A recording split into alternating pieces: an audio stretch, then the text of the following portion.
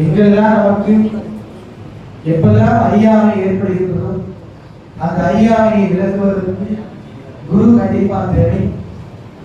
தமிழகத்திலும் ஒரு பெரிய மாற்றம் வந்து ஆன்மீக ஆட்சி, ஆன்மீகம் சார்ந்த ஆட்சி, கோவிலை சார்ந்த எந்த கட்சியாக ஆன்மீகத்தை சார்ந்து கோவிலுக்கு மரியாதை கொடுத்து ஞான குருக்களுக்கு குருமார் நான் பாருங்க. நாம் சொல்லுவோம், நம்முடைய காலத்தில் ஒரு சன்னியாசி முற்றிலும் துறந்து விட்டு இந்த ஆடையை ஒரு சன்னியாசி அணிந்திருக்கிறார்னா ராஜாவாக இருந்தாலும் சன்னியாசிக்கு முன்னாடி தரையில தான் உட்காரு. அது இயற்கையினுடைய நியதி.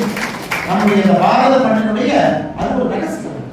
ராஜாவாக இருந்தாலும் என்னைக்கு இந்த நாட்டில் ராஜாவாக இருந்தால், அது முதலமைச்சராக இருந்தால், யாராக இருந்தால், ஒரு சன்னியாசியாக இருக்கும் பொழுது பாதத்திலே உட்கார ஆரம்பிக்கின்றார்களோ அன்னைக்கு உண்மையான ஆன்மீக ஆட்சி வந்துவிட்டது என்பதற்கான அறிவோம். முக்கியமாக வந்திருக்கக்கூடிய எல்லா பெரியவர்களுக்கும் மற்றும் ஒரு முறை என்னுடைய சிறந்தாழ்ந்த வணக்கங்களை தெரிவித்து, சாத்து ஸ்ரீ பத்தலிங்கேஸ்வர சுவாமிகளுடைய 31வது ஜெயந்தி விழா குரு பௌர்ணிமான உங்களோடு சேர்ந்து பக்தனாக இங்கே வந்து அவருடைய ஆசீர்வாதத்தை பெற்றுக்கொண்டு நல்ல ஒரு தமிழகத்தை, நல்ல ஒரு பாரதத்தை, சனாதன தர்மத்தை காப்பதற்கு உங்களோடு சேர்ந்து நானும் உறுதி பூட்டி இங்கிருந்து செல்கிறேன் என்று சொல்லி வாய்ப்பு கொடுத்த எல்லா நல்ல உள்ளவர்களுக்கும்